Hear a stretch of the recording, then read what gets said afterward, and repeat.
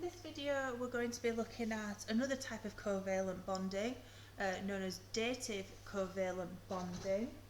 Sometimes you might also see it called coordinate bonding.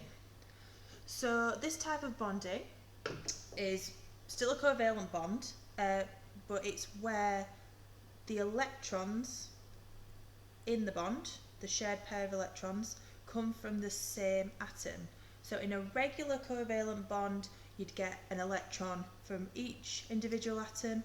In a dative covalent bond or a coordinate bond, the shared pair of electrons actually comes from the same atom. So how can a bond form with electrons from the same atom? So I'm going to use ammonia as my example. So ammonia is NH3. So I've got my nitrogen atom in the centre and I've got 3 hydrogen atoms around the side. So with the nitrogen atom in the centre, we've got 3 bonds to 3 different hydrogen atoms where we've got a shared pair of electrons.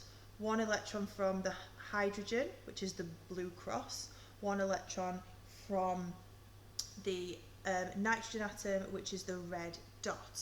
So nitrogen has another 2 electrons at the top that aren't bonding electrons, but they are a pair.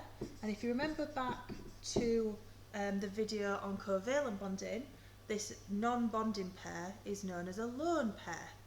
So this is kind of one of the criteria that an atom has to have in order to form this dative covalent bond. It must have a lone pair. So what about the other atom involved in a dative covalent bond? So this other atom must be what we call electron deficient.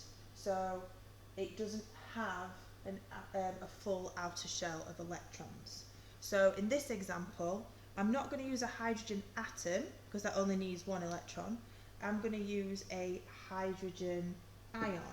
So hydrogen ion's lost its electron, lost something negative, so it becomes a positive ion. It also has no electrons in the outer shell.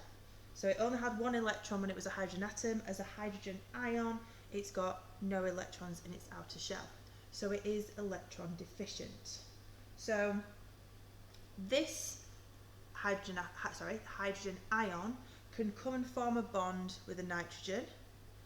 It can come and share that nitrogen's lone pair and form this dative covalent bond.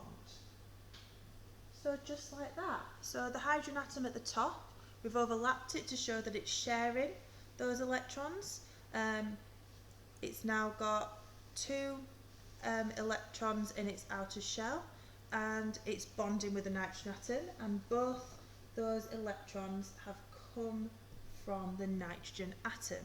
So in this particular example, we've got 3 regular bonds with hydrogen with the dots and the crosses, and then we've got this dative covalent bond at the top with the 2 electrons from the nitrogen atom. So because it was a hydrogen ion, we also have to put this positive charge onto our molecule. So we now have this NH4 compound with a charge on the top. So this NH4 is actually an ammonium ion, which is a compound ion.